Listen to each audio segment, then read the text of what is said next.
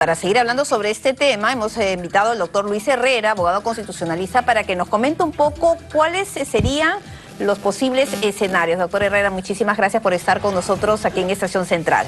¿Qué tal? Gracias por la invitación. Y las cosas han ido cambiando de hora a hora. Bueno, finalmente lo que ya se conoce es que el Congreso ha decidido declarar no admitida justamente esta propuesta, esta petición del Ejecutivo. Claro. Del Premier. Ahora, el contexto es sumamente peligroso.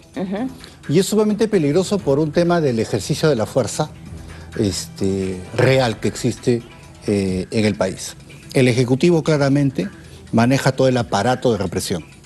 El Legislativo maneja las funciones de promulgación de normas. Entonces, ¿qué pasa? Se trabaja una excusa a partir del tema de esta presentación, de esta indicación de que se va a presentar una cuestión de confianza para efectos de que se debata el tema de dos proyectos de ley.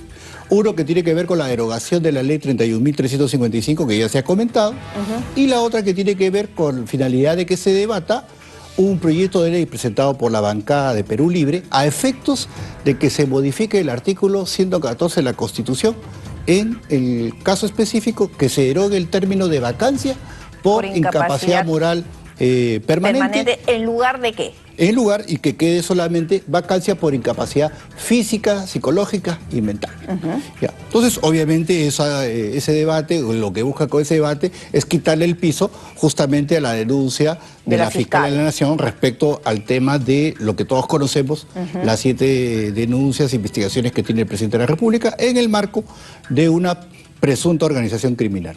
Entonces, lo que el Congreso ha hecho es correcto.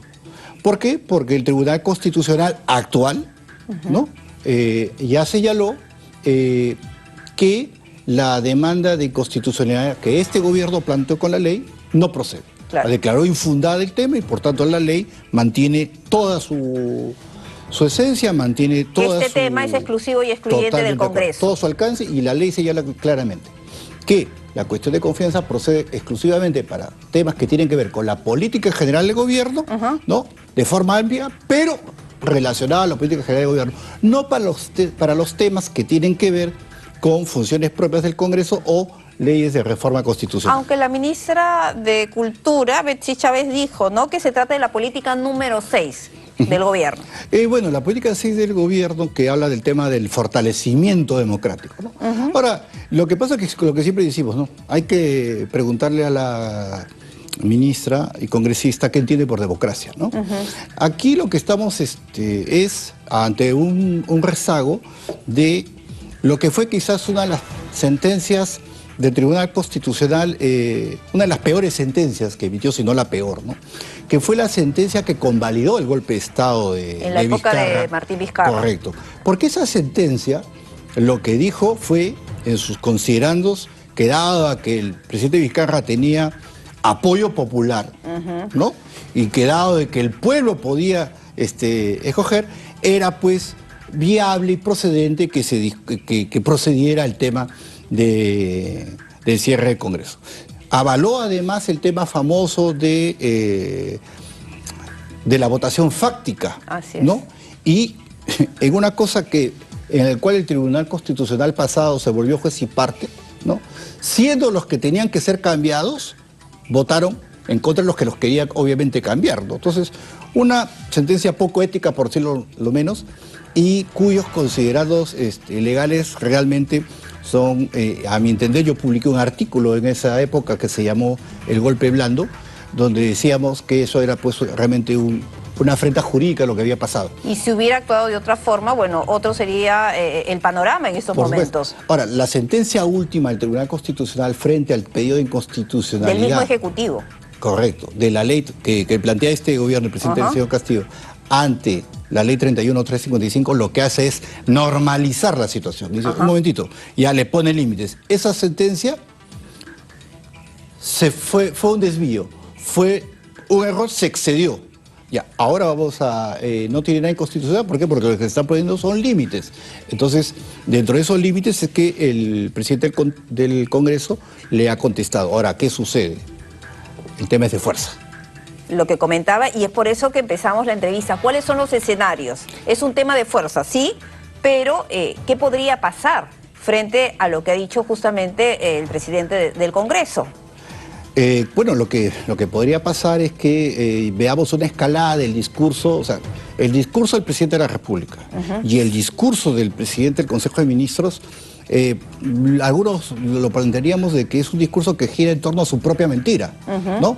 ¿Por qué? Porque ellos, el discurso político de este gobierno gira en torno al tema no me dejan hacer, ¿no? El tema de la victimización, el tema de que los corruptos me denuncian porque soy corrupto, cuando realmente todo el tema desde el punto de vista, vamos a decir, más frío posible, gira en torno a actos propios del gobierno.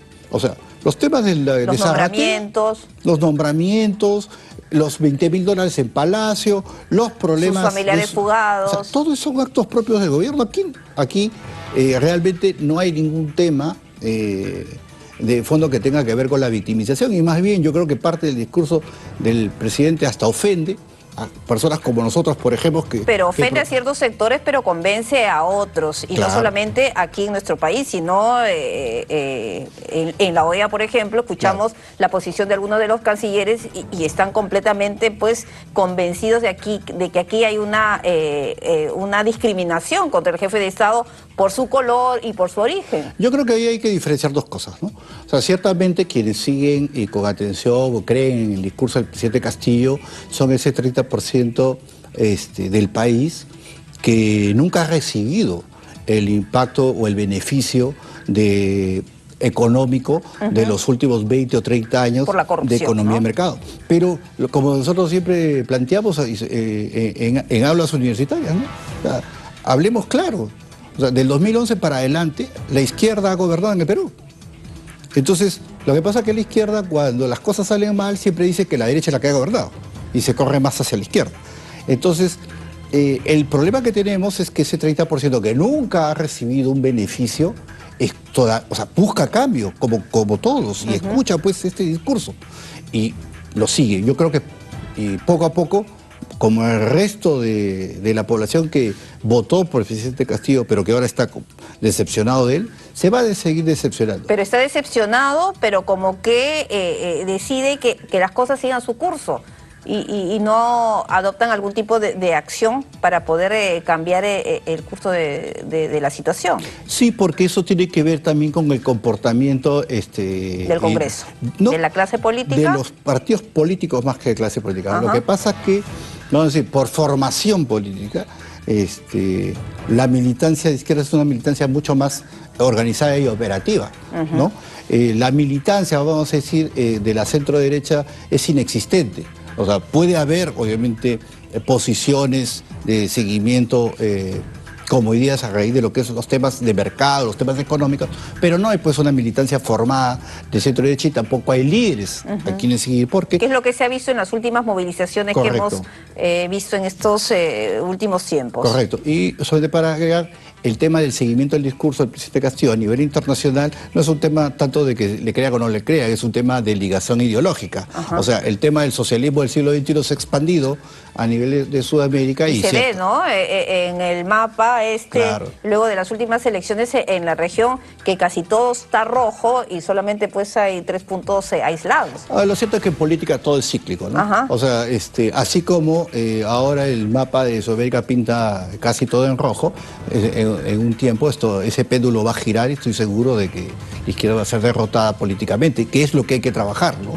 Justamente combatir este discurso con otro discurso, pero que tiene que ser un discurso basado en ideas claras, en propuestas claras, y sobre todo ese mensaje a este 30% de la población peruana que, como digo, nunca ha recibido beneficios del Estado, pero por corrupción y por ineficiencia, y que ahora pues obviamente hay que llegar a través de lo que es lo más importante. Creo que el principal derecho humano que puede defender un Estado es crear riqueza para las personas, porque eso es lo que genera el crecimiento de los países, el crecimiento de las personas y el crecimiento de lo que es la solidaridad, ¿no? Entonces, es un tema de fondo. El tema, como digo, finalmente, la situación es crítica porque el gobierno, en la coyuntura en que se encuentra... El discurso va a seguir escalando hacia la violencia. Así es, arrinconado por el tema de la acusación. Y mañana hay esta movilización. Tiene esta movilización donde... Que ha obligado al Congreso a suspender el Pleno. Mire, ese tema que se está discutiendo de los prefectos, subprefectos, o sea, claramente aquí hay todo un movimiento político de fondo. Vamos a ver qué es lo que pasa mañana en Lima, pero nuevamente, o sea, no se puede descansar en combatir esta situación porque es un tema finalmente de estabilidad del país hoy y para el futuro. Así es, doctor Herrera, gracias por haber estado con nosotros. Gracias. Y tenemos que irnos a otra pausa comercial. Volvemos.